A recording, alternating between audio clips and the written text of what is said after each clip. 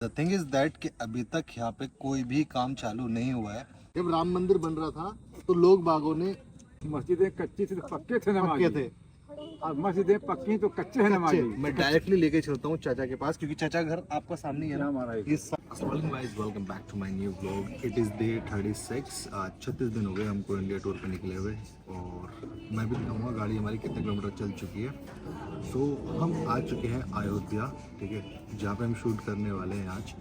और शूट जो करेंगे वो करेंगे राम मंदिर का, लेकिन हमें परमिशन नहीं मिल पाएगी अंदर जाने की क्योंकि द थिंग इज़ दैट कि अंदर जाने से पहले ना आपका सब फ़ोन वगैरह सब चीज़ डिपॉजिट हो जाती है, ठीक है।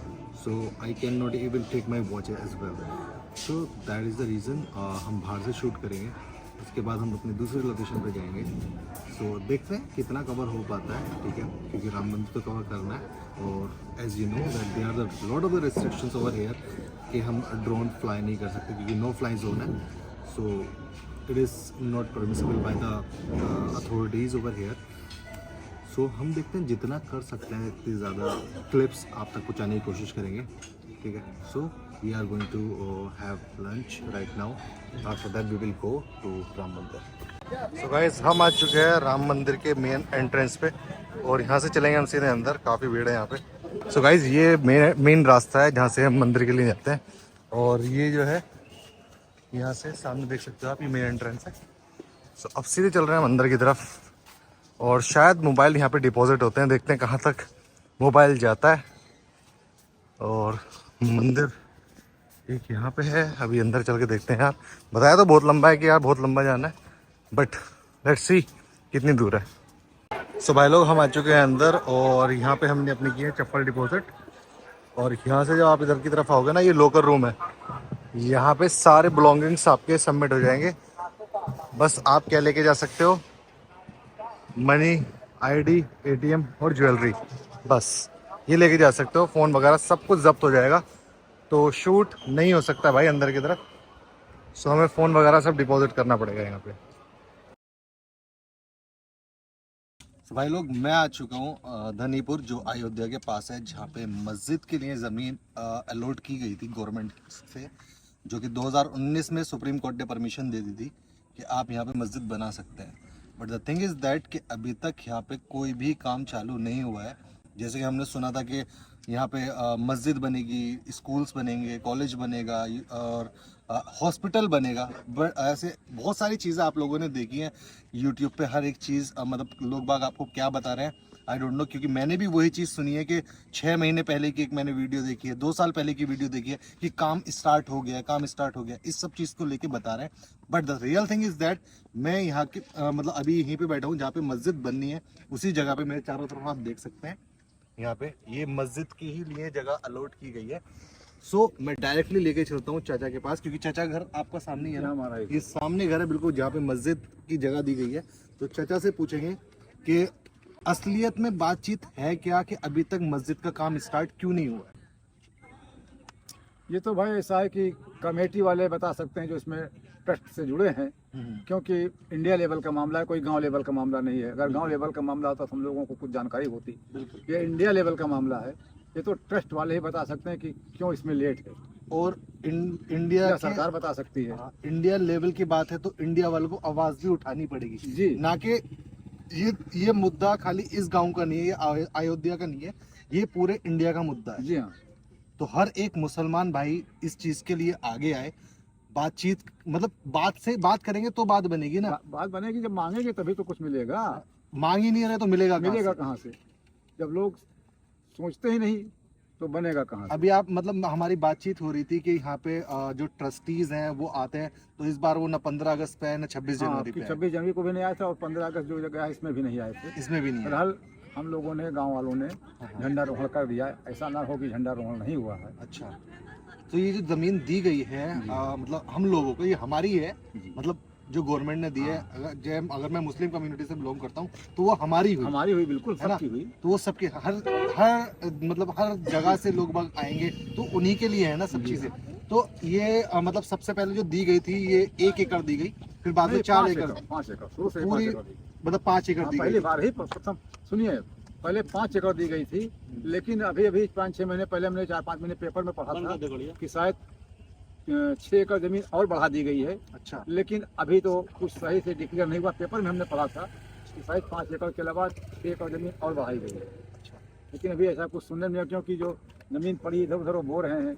अगर छोड़ दिए होते तो मैं पता चल जाता कि हाँ भी सरकार लेकिन ने दे चाचा दिया है। बताने के लिए पेपर में तो बहुत चीजें आती जी। है। अब मैं भी सुन के यहाँ पे यही आया कि काम चालू हो गया होगा। 2019 में परमिशन आ गई थी, लेकिन मेरे 5 साल हो गए। 5 साल में अभी तक यहाँ पे नींव भी नहीं खुदी है, अभी तो यहाँ कुछ नहीं हुआ भाई। है ना?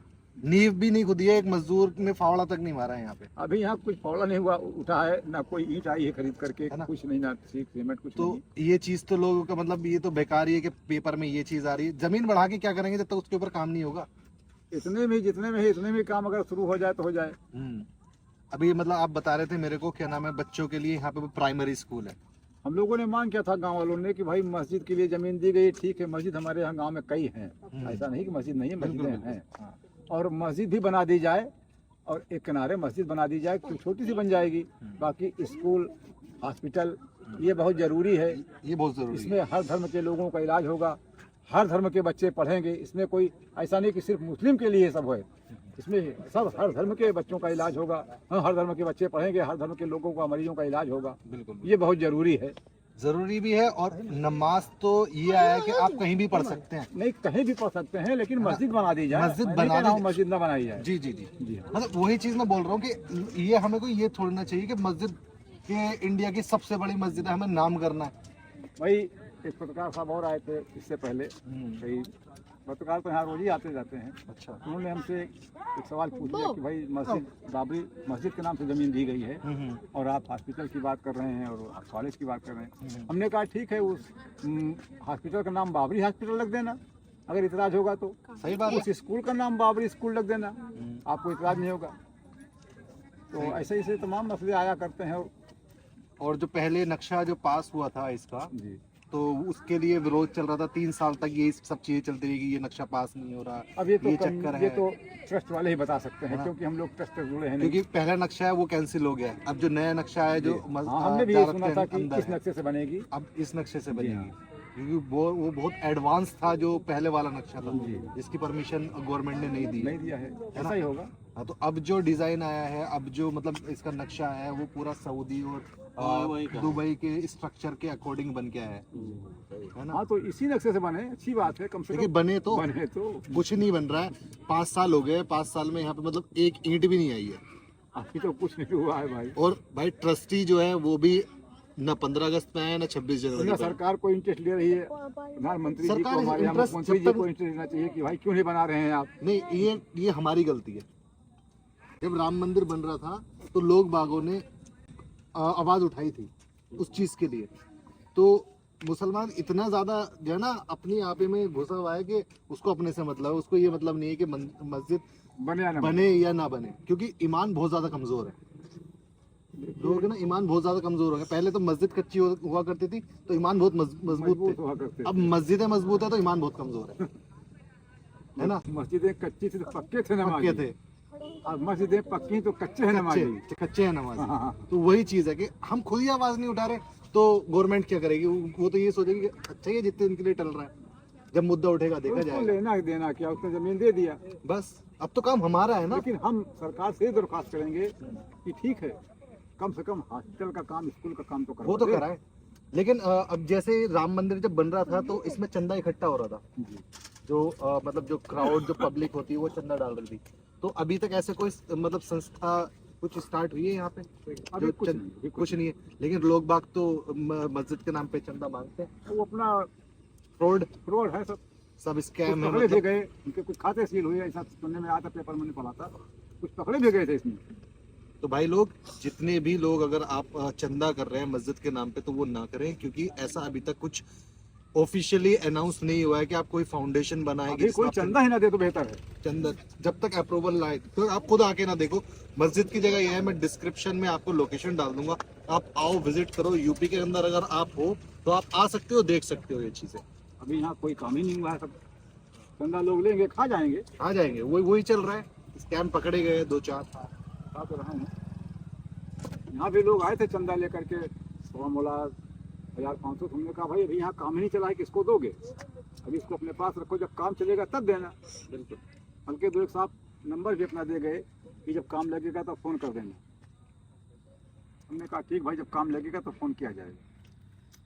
तो इसमें सरकार की गलती भी नहीं कह सकते, हम अपनी गलती कह सकते हैं। सबसे पहली चीज तो सरकार तो बाद में करेगी, ठीक है, सरकार का देखिए बस। लेकिन ये है कि हॉस्पिटल वगैरह तो वो तो बनाए। चलो मस्जिद की बात तो हमारे ऊपर है ना, लेकिन हॉस्पिटल कॉलेज मतलब कुछ तो चीज मुहैया कराए। आप अभी मेरे को बता रहे थे कि अगर किसी पेशेंट की तबीयत ज्यादा खराब हो जाए तो या तो फैजाबाद जाना पड़ता है, फैजाबाद तुरंत लखनऊ रिफर कर देता है।